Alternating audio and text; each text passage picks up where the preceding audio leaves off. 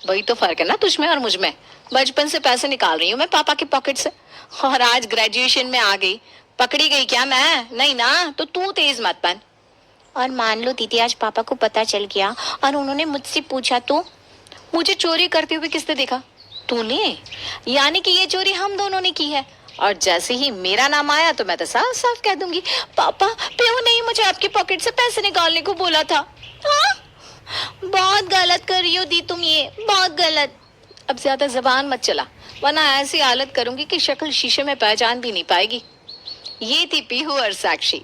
साक्षी अपने घर की बड़ी बेटी थी जो बड़ी ही शातिर और चालाक थी। साक्षी इसी तरह ही अपने घर में सभी को मैनिपुलेट कर अपना काम निकलवा लिया करती। अपने पापा के पॉकेट से पैसे निकालने के बाद साक्षी कॉलेज चली जाती है। पूरा दिन पीहू के दिमाग में वही दृश्य घूमता रहता है। रात को खाने के बाद, ममता जी, आपने मेरी जेब से कुछ पैसे निकाले थे क्या? अरे आज तक कभी आपसे बिना पूछे आपकी जेब में हाथ डाला है क्या मैंने, जो आप डालूंगी?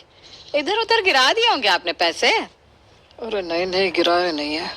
मुझे अच्छे से याद है कि आज ही अपने पैंट में मैंने पैसे रखकर उसे दरवाजे के पीछे टांग दिया था।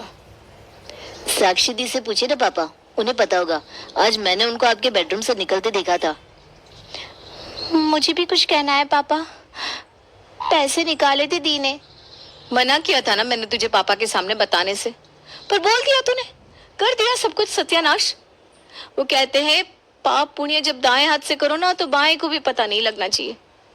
पापा, याद है आपको, कुछ दिनों पहले मम्मी की तबीयत खराब हो गई थी, तो मैंने भगवान से मन्नत मांगी थी कि मम्मी की तबीयत ठीक हो जाए तो मैं गरीबों को खाना खिलाऊंगी। पर मेरे पास 2000 नहीं थे, क्योंकि मैं तो नहीं कमाती, इसलिए वो पैसे मुझे आपके पॉकेट से लेने पड़े।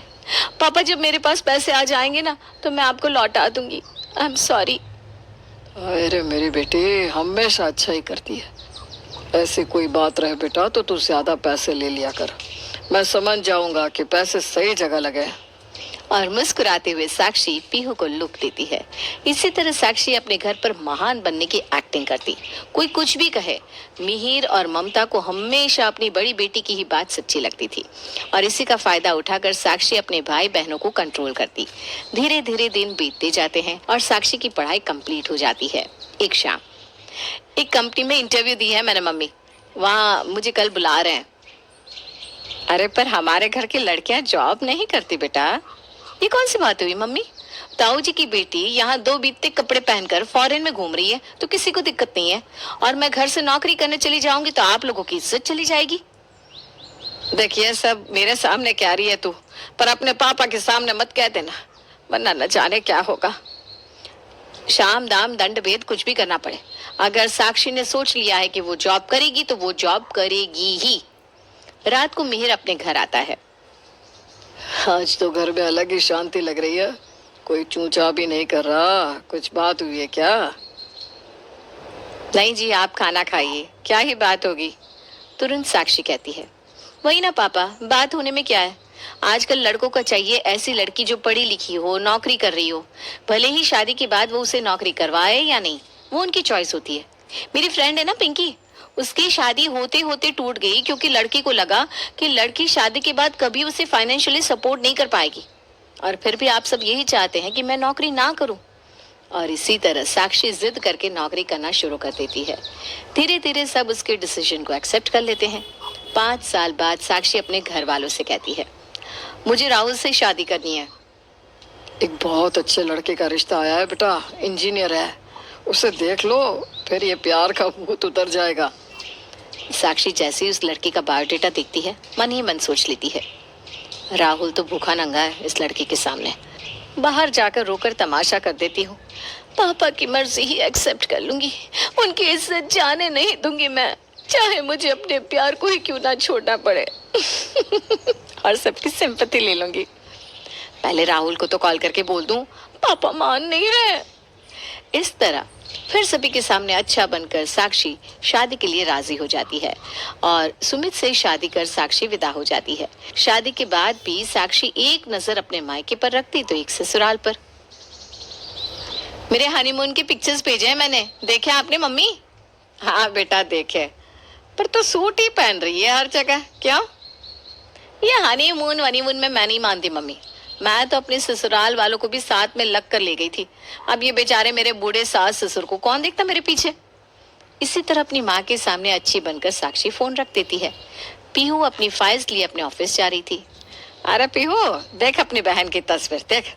अपने हनीमून पर भी अपने सास ससुर को लेकर गई थी साक्षी। ये होते हैं संस्कार, ऐसे चलता है ससुराल। वही तो बात है ना मम्मी, आपको वही दिखता है जो दीदी आपको दिखाती है। इंस्टाग्राम पर उन्होंने जो पिक्चर पोस्ट की है, देखिए क्या आपने। होता कुछ और है और दिखाती कुछ और है। पर यहाँ तो सबकी आंखों में पट्टी बंधी रहती है ना। छोड़ो, मैं ऑफिस जा रही हूँ, मुझे कुछ नहीं कहना। अरे पता नहीं तुम सबको क्या हो जाता है। एक क्या करण जो शादी को ही राजी होने को तैयार नहीं, और एक तू। अब किसी भी लड़के से शादी कर लो क्या मम्मी? लड़की भी तो उस लायक हो। तेरी साक्षी दीदी को दिखाई थी मैंने पायल की फोटो। उसने कहा लड़की एक नंबर है, सीधी सादी लड़की है, ज्यादा पढ़ी लिखी भी नहीं है, तो घर अच्छे से संभाल देगी। ये कोई बात हुई मम्मी? दीदी तो खुद शादी के पहले जॉब करती थी, और मेरे लिए ऐसी लड़की ला रहे हो जो पढ़ी लिखी भी ना हो। इसी तरह कुछ महीने और करण के लिए लड़की की तलाश जारी रहती है, और उसमें बड़प्पन दिखाने साक्षी अपने मायके आ जाती है। अपने सुपुत्र से कह दीजिए ममता जी, अब ये 2 लड़कियां, इनमें से किसी एक को हाँ कर दे, वरना अब मैं और रिश्ते नहीं देखूंगा। इनके लिए हूर की परियां आएंगी क्या? करण, क्यों पापा को परेशान करते हो? मुझे तो जो एक लड़का दिखाया गया था मैंने उसी में हाँ कर दी। जिससे शादी करनी होती है ना, वो इतने ड्रामे नहीं करते। चल जल्दी जल्दी हाँ कर, फिर पीहू का भी नंबर है। और आखिरकार करण सीमा से शादी करने को तैयार हो जाता है। सीमा बहू बनकर अपने ससुराल आती है। घर आते ही सीमा झुककर सभी के पैर छूती है। अरे वाह, सबके पैर छुए गए पर ननद के नहीं। हमारे घर के तो ये संस्कार नहीं थे मम्मी। खैर मुझे क्या, मुझे कौन सा यहाँ रहना है। मैं तो बस शादी की रस्मों के लिए 2 दिन के लिए यहाँ आई थी। माफ कीजिएगा दीदी। सीमा झुककर अपनी ननद के पैर छूती है। अब क्या, संभालो अपना घर, मैं चलती हूँ मेरे ससुराल। वो क्या है ना मम्मी, वहां मेरे बिना कोई कुछ संभाल नहीं पाता। सीमा अपने ससुराल में एडजस्ट हो ही रही थी कि साक्षी फिर अपने मायके आती है, और आते ही अपनी माँ के कान भरने शुरू कर देती है। अरे मम्मी, ये सीमा रोज 8:30 बजे उठती है क्या? वो क्या है ना बेटा, तेरे पापा को 11 बजे तक दुकान जाना होता है। प्रेम भी देर से निकलता है। पीहू तो अपना टिफिन खुद ही बना लेती है, तो मैंने भी सीमा पर कोई प्रेशर नहीं डाला। वो कभी भी उठे, हमें तो अपना काम होने से मतलब है। ठीक है मम्मी, मेरी शादी होते ही लग रहा है पूरे घर की काया पलट हो गई है। मुझे तो 7 बजे से ज्यादा तुम लोग सोने ही नहीं देते थे। कहते थे लेट तक सोगी तो कैसे शादी होगी। पर सही है किया मम्मी, तुमने मुझे जल्दी उठने की आदत लगाई तो मेरा ही भला हुआ। मेरे ससुराल में तो लोग 6 बजे तक उठकर नाश्ते के लिए भी बैठ जाते हैं। कुछ देर बाद सभी नहा धोकर तैयार होते हैं। रसोई से बाहर सीमा ट्राउजर और टी-शर्ट में आती है और सभी को खाना परोसती है। ट्राउजर्स में अपनी भाभी को देखकर साक्षी बोल पड़ती है। भाभी को अपनी शर्ट और ट्राउजर पहनने को अलाउ कर दिया? पापा, हमें तो आप शॉर्ट कुर्ती भी नहीं पहने देते थे। हमारे साथ कुछ गलत हुआ है, इसका मतलब ये नहीं ना दी कि सबके साथ ही गलत हो। वैसे भी इन कपड़ों में बुराई क्या है? बुराई तो क्लब जाने में भी नहीं है, तो मतलब क्या हम क्लब जाना शुरू कर दें? खैर मुझे क्या, मम्मी आपका घर है, आपकी बहू है, आप समझिए। मेरा नाश्ता हो गया है मम्मी, मैं निकलती हूँ, आज मेरी बहुत इंपॉर्टेंट मीटिंग है। ये कहकर पीहू अपने ऑफिस चली जाती है। उस वक्त जब मैंने ऑफिस जाने के लिए पहला कदम बढ़ाया था तो कैसे सब मेरे अगेंस्ट हो गए थे। आज देखो, आप खुद अपनी बेटी को ऑफिस भेज रही हो मम्मी। वैसे कितने बजे तक आती है पीहू? मैं सोच रही थी कि हम सब मिलकर शाम में मेला घूमने जाए। पीहू तो बेटा अभी निकलती है तो रात के 9-10 बजे घर आती है। न जाने क्या क्या बदलाव देखने को मिलेगा मुझे यहाँ। 6 बजे मेरी ऑफिस ओवर हो जाती थी और 6:15 तक मैं घर नहीं पहुंचती तो पापा, करण सब मेरे ऑफिस पहुंच जाते थे। कहते हैं ना, चक्की में सबसे पहले सबसे बड़ा बच्चा ही पीसता है। यहाँ मैं पिस गई और सभी के लिए रास्ता खुल गया। दोपहर के वक्त सीमा खाना बनाकर अपनी सास के कमरे में आती है, जहाँ पहले से ही साक्षी बैठी थी। सीमा, वैसे कभी मायके से कौन से गहने मिले हैं? तुमने कुछ दिखाया नहीं। मेरा मतलब है मैं भी तो देखूं कि तुम्हारे मायके की खानदानी जेवर कैसे होते हैं। और हाँ, जब वापस आओ ना तो 2-4 सूट भी लेते आना अलमारी से। उसमें से मैं एक पसंद कर लूंगी, उसी को तुम शाम को पहन कर आना। वो क्या है ना, कहीं रास्ते में मेरे ससुराल वालों की नजर तुम पर पड़ गई और ऐसे कपड़ों में उन्होंने तुम्हें देख लिया तो मेरे मायके में मेरी बेइज्जती हो जाएगी। रात के खाने के वक्त। ये क्या वक्त है घर आने का? अब तक आई नहीं पीहू? कम से कम रात के खाने पर तो सारे लोग साथ में हो। तभी दरवाजे के बाहर किसी बाइक की रुकने की आवाज आती है। हंसती हुई पीहू अंदर आती है और सीधा अपने कमरे में चली जाती है। ये कोई लड़का छोड़ने आया था क्या पीहू को? ये क्या बात हुई? इतनी रात को कोई लड़का घर आया है? अरे लोग बातें बनाने लगेंगे। भाभी वो पीहू दीदी की दोस्त है। अरे ये कौन सी दोस्ती हुई है कि घर पर लड़का आ रहा है छोड़ने, वो भी रात के 9 साढ़े 9 बजे? सिर्फ दोस्ती नहीं है बेटा, पीहू उसी से शादी करने वाली है। उसी के ऑफिस में काम करता है, अच्छा लड़का है। Love marriage?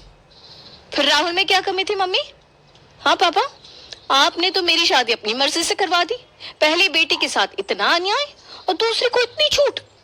पहला बच्चा ही क्यों, हर चीज में सारी कुर्बानी दे मम्मी। आज तक सभी चीजों में मुझ पर ही बंदिशें क्यों लगाएगी? पीहू इतनी देरी से आती है घर, कोई कुछ नहीं बोलता, ऊपर से लड़के के साथ। उसने ऑफिस के किसी अरे गहरे लड़के के बारे में आप लोगों को बता दिया और आप लोग तो शादी के लिए राजी भी हो गए। अरे क्या गारंटी है कि लड़का अच्छा है? साक्षी मन में ठान लेती है कि वो अपनी छोटी बहन की लव मैरिज होने ही नहीं देगी। उसी रात जब पीहू आराम से सो रही थी, साक्षी उसके फोन से उसके बॉयफ्रेंड का सारा डिटेल निकाल लेती है। ओ, प्रेम नाम है मैडम के आशिक का, प्रेम चौधरी। पूरी रात साक्षी प्रेम के बारे में इधर उधर डिटेल्स निकालती रहती है। अगली सुबह अपने पैर पर पैर चढ़ाकर सोफे पर आराम से साक्षी बैठ जाती है और धीरे धीरे सभी के उठने का इंतजार करती है। प्रेम नाम है ना उस लड़के का मम्मी, जिससे पीहू शादी करना चाहती है। हाँ, बेचारी की किस्मत देखिए, कैसा लड़का मिला है बेचारी को। एक साथ में 4-4 लड़कियां घुमाता है। देखिए ना, फोटोज देखिए। साक्षी प्रेम की फेसबुक से पिक्चर्स निकालकर अपनी माँ को दिखाती है। हे भगवान, सही कहा बेटा तूने, हर बार किसी अलग लड़की के साथ फोटो छी छी छी। ऐसा करके साक्षी अपनी माँ को प्रेम के खिलाफ भड़काने में कामयाब हो जाती है। 2 घंटे बाद तैयार होकर पीहू अपने कमरे से निकलती है। उसे देखते ही ममता कहती है, ऑफिस काम करने के लिए मैंने भेजा था तुझे, या नैन मटक्का करने के लिए? उसी लड़के से मिलने जा रही है ना तू? कोई जरूरत नहीं है जाने की। ये सब क्या बोल रही है मम्मी आप? अरे जो लड़का 10-10 लड़कियों का है, वैसे लड़के से शादी करनी है तुझे? देख इन फोटो को। मम्मी ये फोटोज तो प्रेम की फ्रेंड है। ये बच्चे ना मम्मी समझती नहीं है। मम्मी ने आज तक तुझे कुछ करने से मना किया है क्या पीहू? जो कह रही है तुम्हारे अच्छे के लिए कह रही है मम्मी। इसमें ना पीहू की भी गलती नहीं है, उस लड़के ने ही ये सब इसके दिमाग में भरा होगा। ये सुनते ही पीहू का खून खौल जाता है और वो दहाड़ती हुई कहती है, चुप, एकदम चुप। बचपन से हमारी खुशियां खाकर पेट नहीं भरा क्या तुम्हारा दी कि हमारे घर की शांति खाने आ गई? अपने दिनों में क्या नहीं किया तुमने? सारी अय्याशियां तो करके बैठी हो और मेरे वक्त में सिद्धांतों की देवी बन रही हो। मेरी जुबान मत खुलवाओ। अरे ये सब क्या बकवास कर रही है तू? बकवास नहीं कर रही हूँ साक्षी। वाह, देखा मम्मी, बस अय्याश की जुबान बोलने लगी है तुम्हारी बेटी। दी कहने के तो लायक तुम हो ही नहीं। तुम जैसी ननदें होती है जिसके कारण परेशान होकर बहुएं घर छोड़कर चली जाती हैं और बदनाम होती हैं बहुएं कि अरे भाई कैसी बहू आई कि उससे अपनी 2 दिन की आई ननद भी बर्दाश्त नहीं हुई। कोई ये नहीं देखता कि उन 2 दिनों में उस ननद ने 200 टन जितना जहर घोल दिया है मायके वालों के कान में। 24 घंटे तुम्हें सीमा भाभी के लाइफ में उंगली करनी है। अरे भाई वो इस घर की बहू है, तुम विदा हो चुकी हो, तो अब तुम यहाँ दादागिरी करना छोड़ दो और अपनी आंखों के सामने से पर्दा हटाइए मम्मी। घर के हॉल से आ रही आवाजों को सुनकर सभी वहां इकट्ठे हो जाते हैं। पीहू को आवाज उठाता देख करण को भी हिम्मत आती है। मम्मी को कुछ बोलकर फायदा नहीं दी, क्योंकि उनको तो कभी साक्षी दी बुरी लगेगी ही नहीं। 2 रूप जो लेकर चलती है ये। आज तक जब भी हुआ दीदी ने मेरा फायदा उठाया और अब सीमा को भी जीने नहीं देती। हाँ मम्मी जी, आपको मैंने अपनी माँ जैसा माना क्योंकि आपने मुझे कभी पराया महसूस नहीं करवाया। पर दीदी एक मौका नहीं छोड़ती मेरी जिल्लत करने का। आज तो मैंने सोच लिया था कि मैं अपने मायके ही चली जाऊंगी, पर शायद भगवान ऐसा नहीं चाहते थे, इसलिए पीहू दीदी के रूप में उन्होंने ये सारी बातें उनके मुंह से उगलवा दी। ये सब क्या बोल रहे हो तुम सब? वही जिस पर आप सब और मम्मी कभी भरोसा नहीं करेंगे। बचपन से ही साक्षी दीदी ने अपनी मर्जी की जिंदगी जी, जो करना चाहा, यहाँ तक कि जीजू से शादी भी उन्होंने अपने फायदे के लिए ही की। मेरे और करण भैया के बारे में तो किसी ने नहीं सोचा। आप दोनों ने तो हमें दीदी के भरोसे छोड़ दिया, जिसके लिए हम दोनों बोझ के अलावा कुछ भी नहीं थे। हाँ मम्मी, पीहू सच कह रही है। और जिस प्रेम के खिलाफ दीदी तुम्हारे कान भर रही है, उस प्रेम ने मेरे बिजनेस के लॉस के वक्त मुझे 20 लाख रुपए देकर मेरी मदद की और एक बार भी उन पैसों को वापस नहीं मांगा। सभी को अपने खिलाफ देखकर साक्षी गुस्से से आग बबूला हो जाती है। अब आप मुझे मत रोकिएगा मम्मी, इन दोनों की अकल तो मैं अभी ठिकाने लगाती हूँ। जरूरत भी मत करना मेरे सामने मेरे बेटे, बहू या मेरी बेटी को कुछ भी कहने की, समझी? बांध अपना सामान और निकल अपने ससुराल। इन तीनों के जीवन में क्या होगा क्या नहीं, वो देखने के लिए इनके माँ बाप जिंदा है। मम्मी भी बातों में आ गई। पापा, आप मेरी बात सुनिए। सुनूंगा तो नहीं, पर अगर बोलने पर आ जाऊंगा तो ये बाप बेटी का जो रिश्ता जरा सा बचा है ना, वो भी टूट जाएगा साक्षी। इसलिए तू अपने ससुराल जा और हमें माफ कर। और साक्षी का सारा षड्यंत्र यहीं समाप्त हो जाता है। सीमा अपने ससुराल आई अपनी ननद को ऐसा विदा करती है कि हमेशा हमेशा के लिए उसकी दादागिरी से मुक्त हो जाती है।